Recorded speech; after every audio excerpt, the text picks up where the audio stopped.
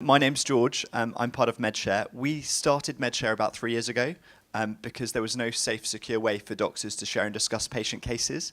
We quickly established that actually that same doctor problem applied for those who were caring for refugees.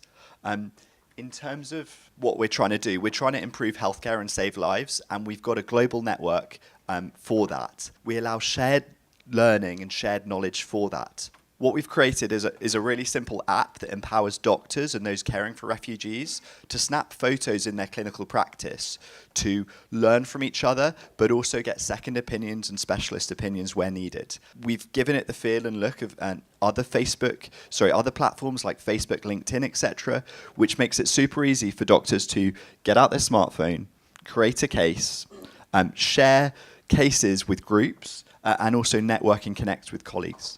We've created it for all doctors, so that's specialists, junior doctors, but also those in developing countries.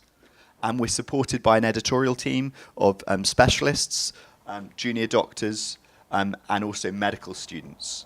And those are on the ground across the UK and also globally. We've also got editors who work in refugee camps and work directly with refugees.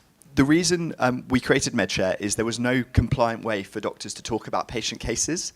So we've created some neat little features which make it compliant with regulations across the world. Doctors can get consent for refugees and patients to share and discuss images, and we've also allowed it easy for them to conceal patient identifiers on MedShr. We've grown very quickly over the last 3 years. After 6 months, we had about 10,000 doctors. After a year and a half, we had about 250,000, and we've now got 650,000 doctors.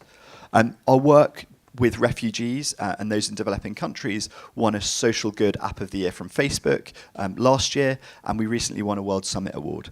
So what we're doing, I think people are liking, and we're just trying to grow that platform and hopefully improve healthcare at the same time. In terms of directly what we've done with refugees so far, we started relatively informally by connecting those in Facebook groups who were in Lesbos, in Calais and other camps, and bringing doctors together in groups to share and discuss cases ahead of them going out so they were better trained, but also so that they could connect and talk to their seniors back in the UK and elsewhere for advice so that the patient care was ultimately better. We've worked formally with Doctors of the World in Kenya, where we've linked up specialists and people on the ground for that ongoing learning and reflection element.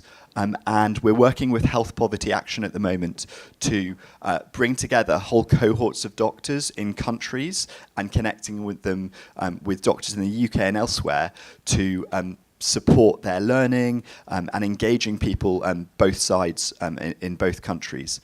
Lots of that work's been focused on refugees, and we're looking to continue that work. Thanks. Questions, everybody?